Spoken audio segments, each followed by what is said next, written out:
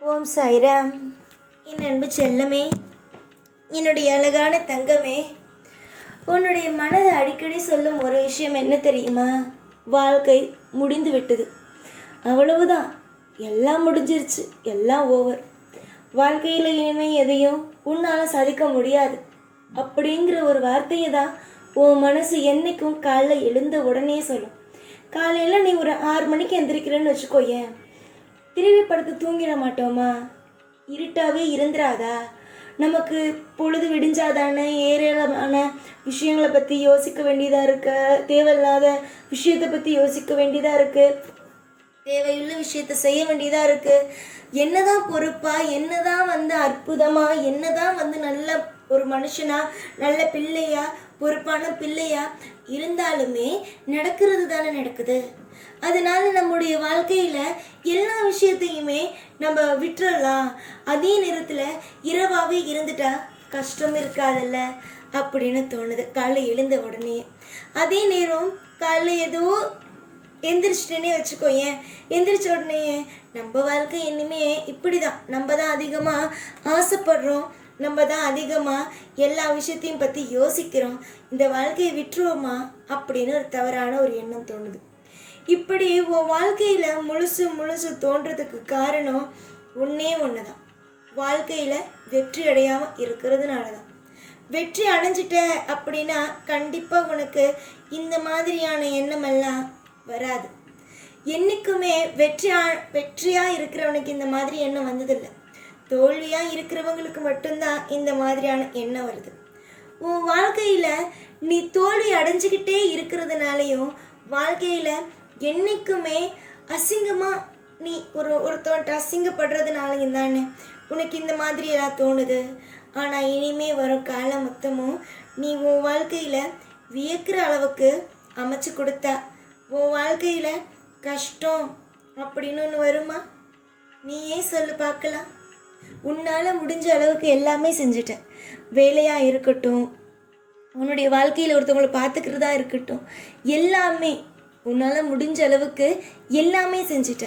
ஆனால் எதுவுமே நல்லபடியாக இன்னமுமே அமையலைங்கும் போது தான் என்ன வாழ்க்கை இது?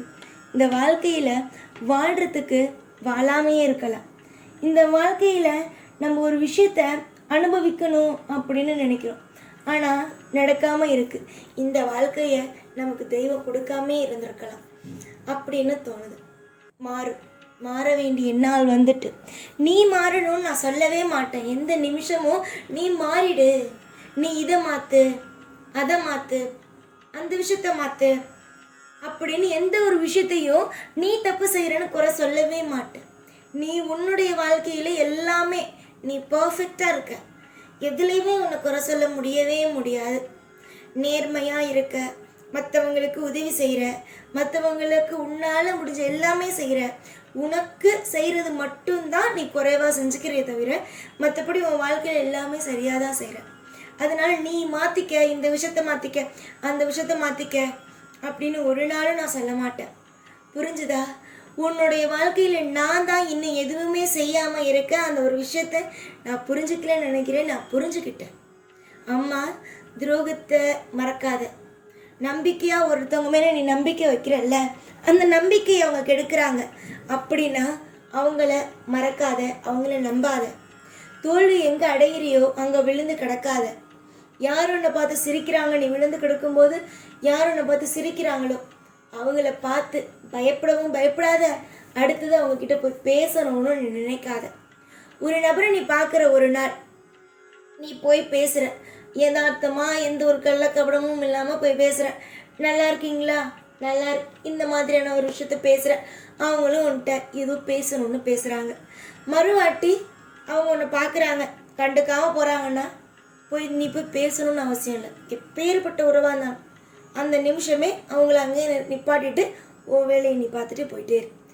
தடவை நீ ஒருத்தவங்கள்ட்ட பேசுகிற, அவங்க பேசுகிறாங்க, நீ பேசுனாதான் அவங்க பேசுகிறாங்க, அதுவும் ஒழுங்கான பதில் கொடுக்கலன்னா அடுத்த வாட்டி நீ நிச்சயமாக அவங்ககிட்ட போய் பேசணும்னு அவசியம் இல்லை, அவமானப்படணுங்கிற ஒரு அவசியம் இல்லை.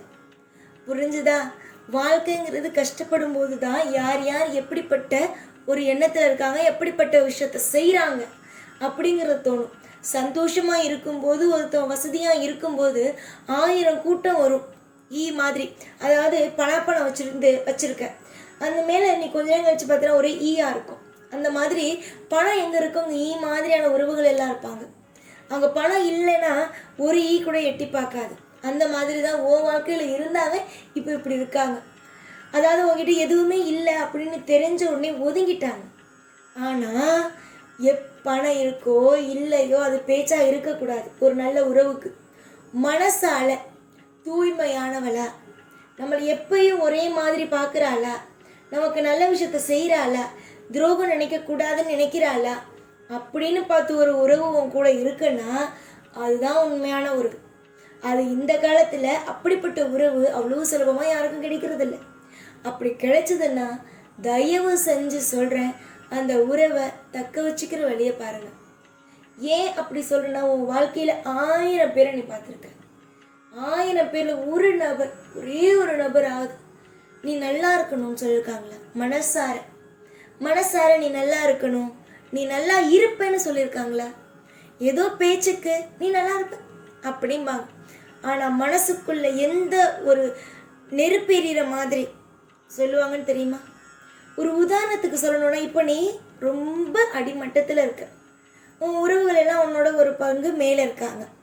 அவங்க என்ன தெரியுமா சொல்கிறாங்க? உன்னை பார்க்கும்போது, நான் தெய்வத்திட்ட வேண்டிக்கிறேன், நீ இன்னும் பெரிய ஆளாகணும்னு வேண்டிக்கிறேன்.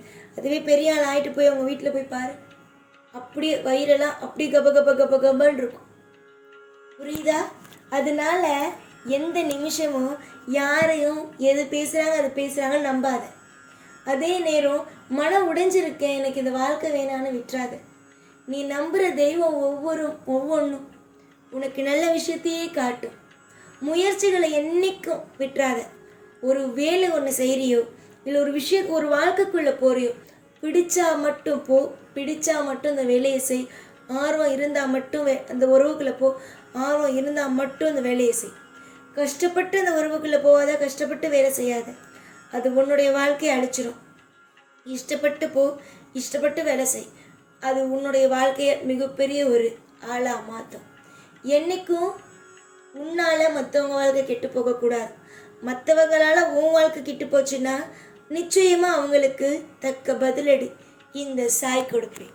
காலம் மொத்தமும் நான் இருப்பேன். கவலைகள் என்ற ஒரு மிகப்பெரிய ஒரு மாய விஷயத்தில் இருந்து வெளியே வா. நீ என்னென்னலாம் நினைக்கிறியோ, என்னென்ன விஷயம் எல்லாம் உன் வாழ்க்கையில் நடக்கணும், நல்லபடியாக இருக்கணும்னு நினைக்கிறியோ எல்லாம் நடக்கும். இழந்ததை பற்றி நினைக்காம வரப்போகிற சந்தோஷத்தை நினச்சி சந்தோஷமாக இருங்க. நிச்சயமாக நல்லது நடக்கும். காலம் உனக்காகவே காத்திருக்கு. நிச்சயமாக இந்த சாய் எல்லா விஷயத்திலேயும் உனக்கு துணையாக இருப்பேன். ஒவ்வொரு விஷயத்திலேயும் அற்புதமும் அதிசயமும் நடக்கும், நல்லதோ நடக்கும். தூய்மையான மனம் கொண்ட உனக்கு எல்லாமே திருப்தியாக இருக்கும். எப்பொழுதும் உன் கூடவே தான் இருப்பேன். இந்த சாய்நான். ஓம் சாய்ராம்.